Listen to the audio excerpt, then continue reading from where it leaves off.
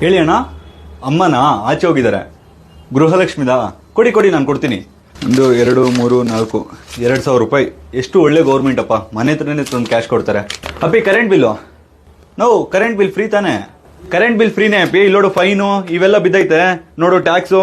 ಅಣ್ಣ ಇದ್ಯಾವ್ದಣ್ಣ ಫೈನು? ಹೊಸ್ದಾಗಿ ಟ್ಯಾಕ್ಸ್ ಯಾವ್ದಿದು ಇದೆಲ್ಲ? ಅಪ್ಪಿ ಇವೆಲ್ಲ ನೀನ್ ಏನಿದ್ರು ಕೂಡ ಸರ್ಕಾರದ ಹತ್ರ ಮಾತಾಡ್ಕೋ, ನನ್ನ ಹತ್ರ ಮಾತಾಡಕ್ ಬರ್ಬೇಡ. ಏನ್ ಕಟ್ತೀಯ ಇಲ್ಲ ಮೀಟರ್ ಕಟ್ ಮಾಡ್ಲಾ? ಎಷ್ಟಣ್ಣ?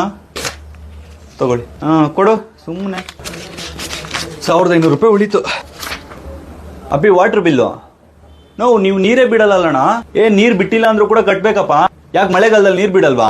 ಏನಣ್ಣ ನೀವು ತಮಿಳ್ನಾಡಿಗೆ ನೀರ್ ಬಿಡೋದಕ್ಕೂ ಕೂಡ ನಾವೇ ಬಿಲ್ ಕಟ್ಬೇಕೇನಣ್ಣ?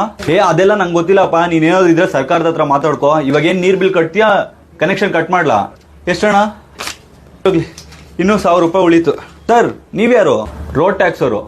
ರೋಡ್ ಟ್ಯಾಕ್ಸಾ? ಸರ್ ನೀವು ರೋಡೇ ಹಾಕಿಲ್ಲಲ್ಲ ಸರ್. ರೋಡ್ ಹಾಕ್ಲಿ ಆಗ್ತಾ ಹೋಗ್ಲಿ ಕಟ್ಬೇಕು ನೀವು.